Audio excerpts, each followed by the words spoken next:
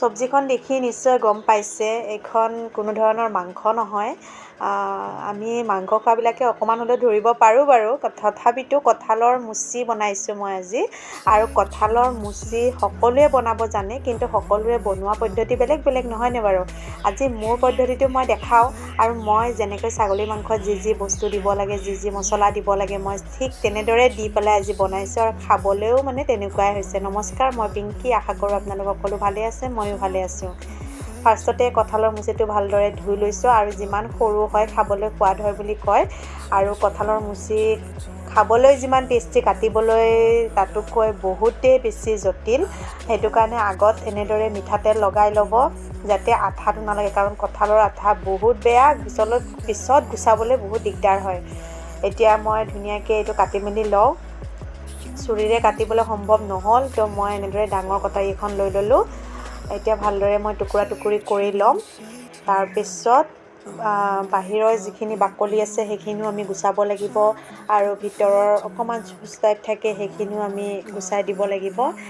এতিয়া এনেদৰে বাহিৰৰ বাকলিখিনি অলপমান ডাঠকৈ গুচাই দিব, নহ'লে ভালদৰে সিজি নাযায় আৰু খাবলৈ তিতা লাগে।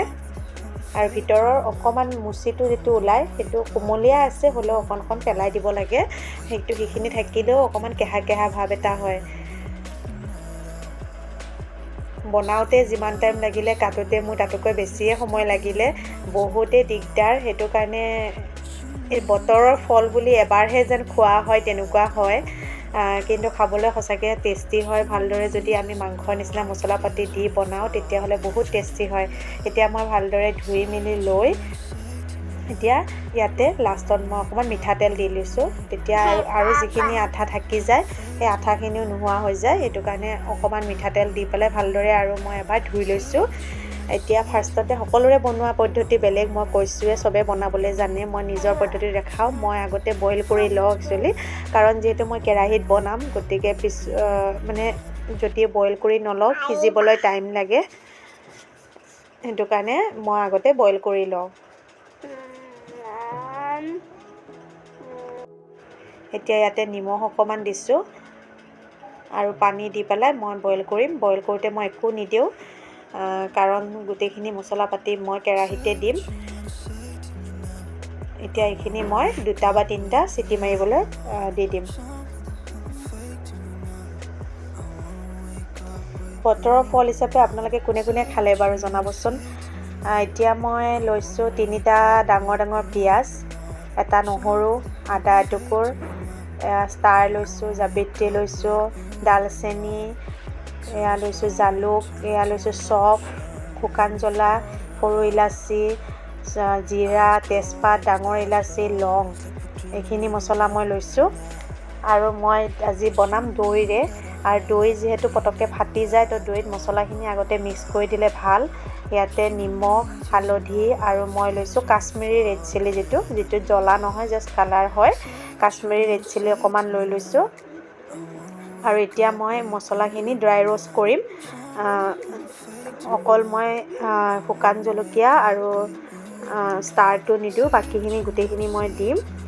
এইখিনি অকণমান ড্ৰাই ৰ'ষ্ট কৰি মই খুন্দনাত ভালদৰে খুন্দি ল'ম।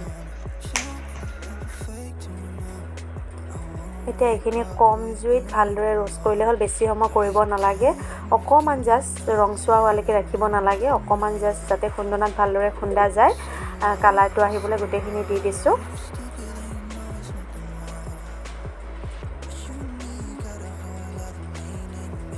কঁঠালৰ মুচি কাটি মেলি বনোৱালৈ ছাগলী মাংসতকৈও যেন বেছি সময় লাগে তেনেকুৱাহে ফিল হয়। তথাপিতো এইটো বতৰত খাব লাগে বুলি কয়, সেইকাৰণে এদিন ময়ো বনালোঁ। এতিয়া গোটেইখিনি মই খুন্দনাত ভালদৰে খুন্দি ল'ম। আপোনালোকে মিক্সিতো পিচি ল'ব পাৰে, মই যিহেতু ৰ'ষ্ট কৰিছোঁ খুন্দনাত খুন্দিবলৈ মোৰ দিগদাৰ হোৱা নাই। এতিয়া এইখিনিও মই দৈৰ লগত ভালদৰে মিক্স কৰি দিম। গোটেই মছলাখিনি দৈত যেতিয়া দিয়া যায়, তেতিয়া মছলাখিনি কেৰাহীত দিলে জ্বলি যোৱা চান্সো কম থাকে, আৰু দৈটো পটককৈ ফাটি নাযায়। এইখিনি গোটেইখিনি মই মিক্স কৰি এটা ছাইডত মই থৈ দিছোঁ। এতিয়া মই কেৰাহী এটাত পাতি তাত মই মিঠাতেল দি দিছোঁ। মই একদম কম তেলত বনাম, বেছি তেল নিদিওঁ, মই সৰিয়হৰ তেলেই ইউজ কৰোঁ সদায়। তেলখিনি যেতিয়া ফাৰ্ষ্টতে গৰম হ'ব তাত মই শুকান জলকীয়াটো যিটো আছিল আৰু ষ্টাৰ সেইটো মই দি দিম আৰু 1 চামুচ মই দিছোঁ চেনিখিনি মই তেলতে দিছোঁ কাৰণ এই যে চেনি 1 চামুচ দিয়াৰ কাৰণে কোনো ধৰণৰ মিঠা নহয় এইটো আপোনাৰ এটা ধুনীয়া কালাৰ দিয়ে চব্জিখনত মাংস বনালেও কেতিয়াবা দি চাবচোন ছাগলী মাংস বনালেও এনেদৰে ইয়াতে অকণ ধুনীয়াকৈ এটা ৰঙা কালাৰ দিয়ে চব্জিখনত আৰু যিহেতু আমি দৈও দিছোঁ গতিকে 1 চামুচ চেনিটোৱে আমাৰ দৈখিনিও বেলেঞ্চ কৰি দিব দৈটো বাৰু টেঙা নহয় হ'লেও অকণমান 1 চামুচ চেনিটোৱে অকণমান আঞ্জাখনৰ সোৱাদ কালাৰ ধুনীয়াকৈ মেইনটেইন কৰি ৰাখে আৰু এতিয়া মই ডাঙৰ 3টা পিঁয়াজ কাটি লৈছিলোঁ সেই 3টা পিঁয়াজ মই দি দিছোঁ এতিয়া পিঁয়াজখিনি অকণমান ৰংচোৱা হোৱালৈকে মই ভাজি থাকিম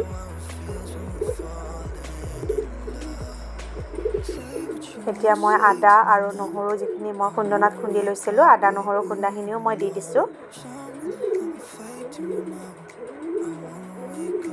আপোনালোকে কেনেকৈ বনাই খায় চবে বহুতে কি কৰে গোটেইখিনি বস্তু ভালদৰে ভাজি মেলি পিছত কুকাৰত হুইচেল মৰাই বহুতে আকৌ কেৰাহীতে ভাজি বনায় কিন্তু এনেদৰে অকণমান টাইমটো ছেভ হয় এতিয়া যিখিনি মই বইল কৰি লৈছিলোঁ সেইখিনি ওলাই এতিয়া ভালদৰে মই ভাজিম একদম ধুনীয়াকৈ পানী শুকাই যোৱালৈকে ভাজিব লাগিব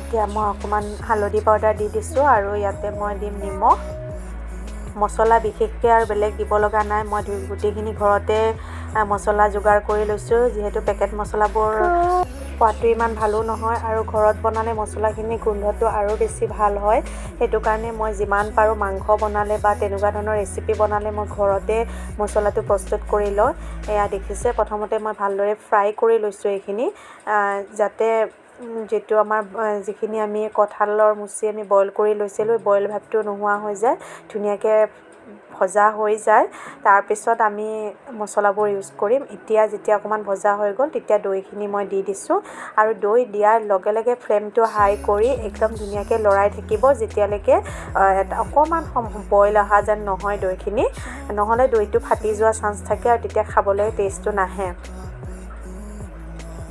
এনেদৰে অকণমান সময় লৰাই থাকিব কণ্টিনিউৱাছ লৰাই থাকিব যাতে দৈটো ফাটি নাযায় আৰু গেছৰ ফ্লেমটো হাই কৰি দিব এইখিনি সময়তে এতিয়া মই ধুনীয়াকৈ ফ্ৰাই কৰি ঢাকনি দিলোঁ দেখিছে দৈ দিয়াৰ কাৰণে ধুনীয়া এটা কালাৰো আহিছে আৰু গ্ৰেভিটো দেখিবলৈও একদম মুখত পানী আহিছে নাই কওকচোন মোৰ পিছে বনাই থাকোঁতেই পানী আহিছে আৰু একদম গোন্ধটো এনেকুৱা লাগিছে যেন মই ছাগলী মাংসই বনাইছোঁ যিমান হ'লেও বাৰু মাংসৰ নিচিনা নহয়কৈ কিন্তু যিটো গোন্ধ বা টেষ্ট আহিছে সেইটো মাংসৰ নিচিনা আহিছে আৰু মই দিছোঁ গৰম পানী মই সদায় গৰম পানী ব্যৱহাৰ কৰোঁ আপোনালোকে জানে মোৰ ভিডিঅ' যোনে চায় আৰু পানী মই একদম জোখৰ দিছোঁ কাৰণ মই এখন থুপথুপীয়া চব্জিহে বনাম পনীয়া নবনাওঁ আৰু কঁঠালৰ মুচি অকণমান তেনেকৈ খায়ে ভাল লাগে বেছি পানী দিলে ভাল নালাগে এতিয়া অকণমান ঢাকনি দিছোঁ যাতে মছলা পাতি গোটেইখিনি ভালদৰে মিলি যায়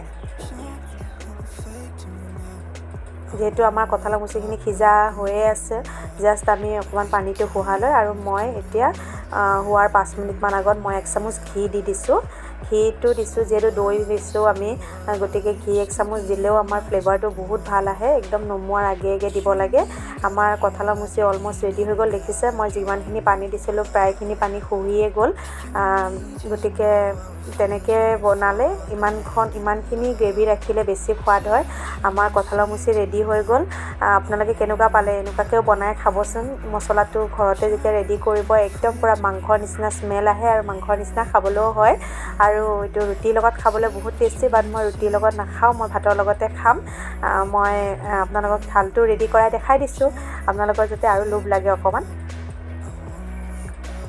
মই লগত ভেন্দি ভাজিছিলোঁ ভেন্দি ভজা আৰু চালাড আমি তেনেদৰে আমাৰ ডিনাৰটো তেনেকৈ কৰিলোঁ আজিলৈ আহিছোঁ আশা কৰোঁ আপোনালোকে ভিডিঅ'টো চাই ভাল পালে কঁঠালৰ মুচি সকলোৱে খাব বতৰৰ ফল খাব লাগে আৰু সকলোৰে বনোৱা পদ্ধতিও বেলেগ বেলেগ বাৰু মই বাৰে বাৰে কৈ আছোঁ আপোনালোকে মোৰ নিচিনা বনাই খাবচোন বাই